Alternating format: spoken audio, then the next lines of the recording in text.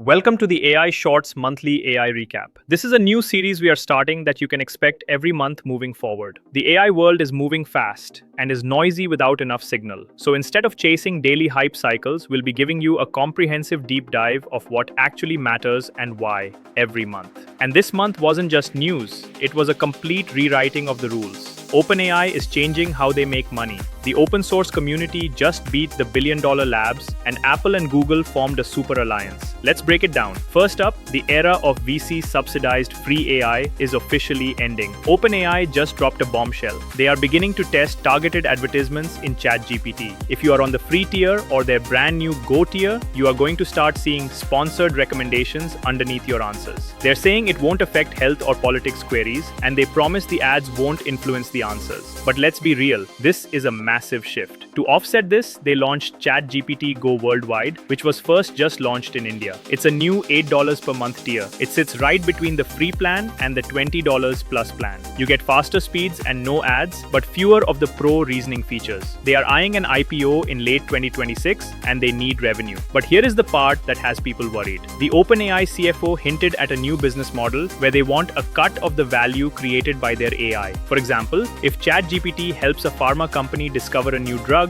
OpenAI wants a percentage of that drug's revenue. They don't just want your subscription, they want royalties on your ideas. And finally, rumors are swirling that OpenAI is on track to launch a dedicated physical AI device by late 2026. No details yet, but they are clearly trying to get out of the browser and into your pocket. While OpenAI is figuring out ads, Google and Apple just dropped the mic. It is now confirmed. The next generation of Apple Intelligence, the super smart Siri we've been waiting for, will be powered by Google's Gemini models on the back end. And Google is flexing hard with their new personal intelligence update. Gemini can now dig deep into your Google workspace. The demo was wild. You can ask Gemini, "What is my license plate number?" and it will scan your entire Google Photos library, find the car, zoom in, and read the plate to you. It connects Gmail, Drive, Calendar, and Photos into one brain. It's a personal assistant that has read your diary. It's incredibly useful, but arguably a little dystopian. Now, while the big giants are fighting over data, the open source community just gave creators a massive gift. Lightrix released LTX2. This is a video and audio generation model, and get this, it's fully open source. Weights, code, everything. It is optimized to run locally on consumer GPUs like Nvidia RTX cards. That means you can generate high-quality video and audio on your own machine. No subscription fees, no cloud processing, total privacy. And for images, Black Forest Labs released Flux 2. It's an ultra-fast image model designed to run locally. If you are a builder or a creative, this is your moment. You don't need a cloud subscription to create Hollywood-level assets anymore. You just need a decent graphics card. But the biggest story in open source isn't video or images. If you've been on X or GitHub, you've seen the chaos surrounding Clawdbot. It is a new open source AI agent, and it went absolutely viral overnight, racking up over 20,000 GitHub stars in 24 hours. Here is why people are freaking out. It's basically a 24/7 AI employee that lives on your computer but talks to you through WhatsApp, Telegram, or iMessage. And because it runs locally on your machine, it can actually do things. Check you in for flights, monitor stock movements and execute orders, scanning job boards and auto-applying, and auto-generate short videos, all while you text it from the gym. It's so good that it's actually causing a run on Mac Minis because developers are buying them just to run this bot. Check out this video for a detailed breakdown.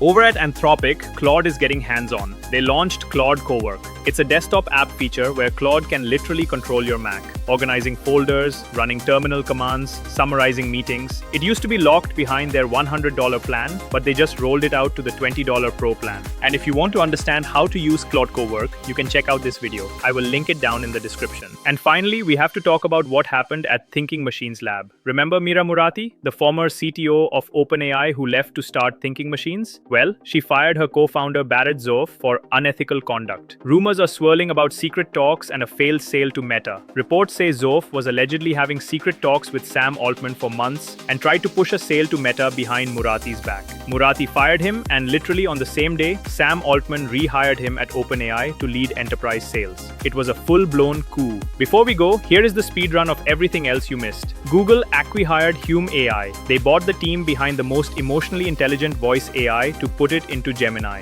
Qwen 2.5 TTS. Alibaba released a powerful open-source text-to-speech model with voice cloning and emotion control. Nvidia announced the Rubin chip platform, and Meta announced new Ray-Ban features like a teleprompter, though the international launch is delayed due to supply shortages. OpenAI started rolling out age prediction AI, which analyzes usage patterns to automatically detect if a user is under 18. So, ads are coming, your AI wants a cut of your revenue, Google is powering your iPhone, and open source tools and models are killing it. That was the entire month of AI decoded. Our goal with this series is to ensure that by the time you finish watching, you know more than 90% of the industry news. But this space moves fast. If you think we missed any massive story this month, let us know in the comments. Thank you for watching, and I'll see you in the next one.